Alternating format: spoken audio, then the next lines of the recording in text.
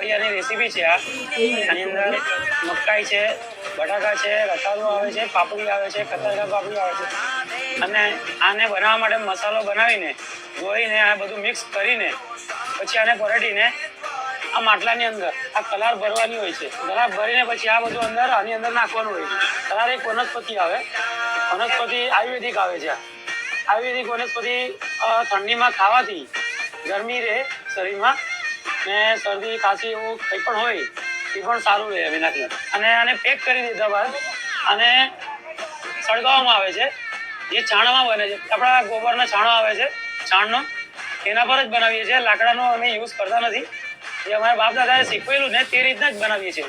Address આપણો અંકલેશ્વર ગોકળ પાટિયાથી લઈને golden બ્રિજના old highway છે, એમાં વચ્ચે ભૂત મામાનું ડેરું છે, એની જસ્ટ નજીક છે. 9 થી લઈને સાંજે 6 વાગ્યા સુધી આમાં